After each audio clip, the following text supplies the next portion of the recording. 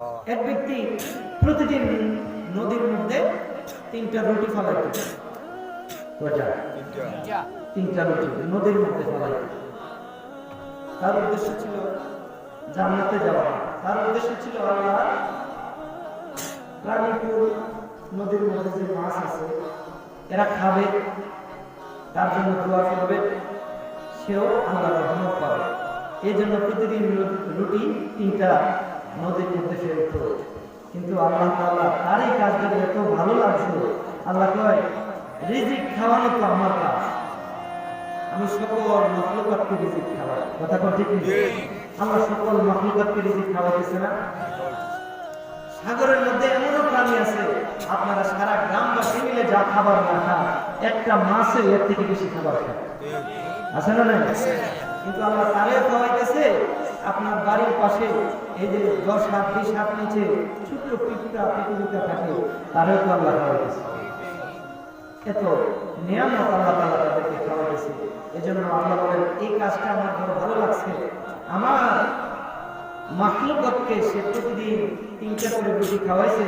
ফেরেশতাদেরকে ঘোষণা দিয়েছে, ফেরেশতারা আমার এই বান্দা আর কোনো আমল না থাকো, এই আমলের উসিলা আমি তারা জান্নাত দিয়ে দিই। আস্তাগফিরুল্লাহ 100 বার, আলহামদুলিল্লাহ। আরো জিকির আজকার আছে, আমি ওটা না দিই, অন্তত 2টা সহজ জিকির দিয়ে যায়। একটা হচ্ছে আস্তাগফিরুল্লাহ, আপনার গুনাহগুলো মাফ হয়ে যাবে।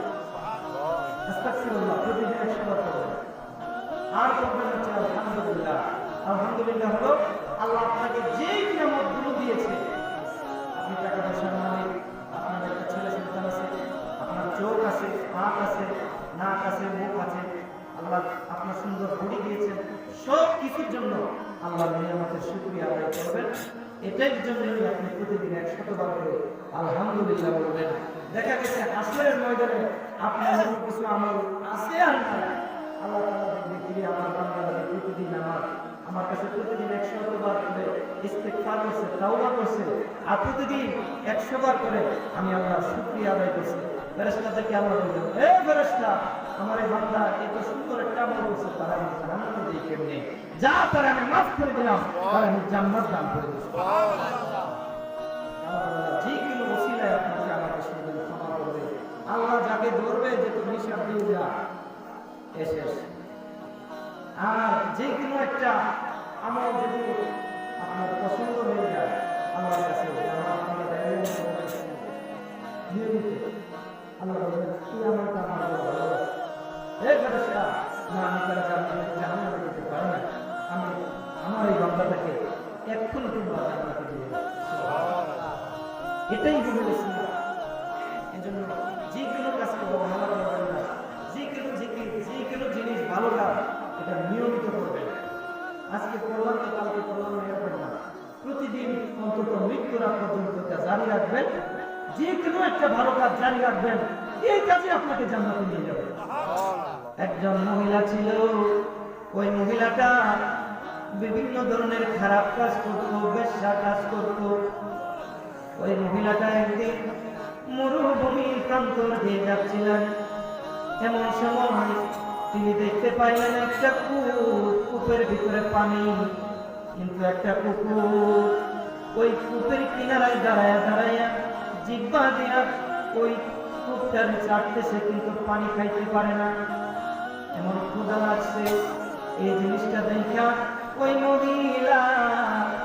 মহিলার বড় মায়া লাগছে। ওই মহিলা চিন্তা করলো, আরে যদিও আমি খারাপ মানুষ, কিন্তু আমার ভিতরে তো একটা দিল আছে। মানুষের ভিতরে মনুষ্যত্ব যদি না থাকে, কোনো মানুষ হাজার নামাজ পড়তে পারবে, কিন্তু এর ভিতরে যদি মনুষ্যত্ব না থাকে, মানুষের প্রতি মায়া না থাকে, সৃষ্টির প্রতি মায়া না থাকে, তাহলে এর নামাজের কোনো লাভ হবে না। নামাজ পড়তে পারবে, এখানে দাগ ফালাইতে পারবে, কোনো লাভ হবে না।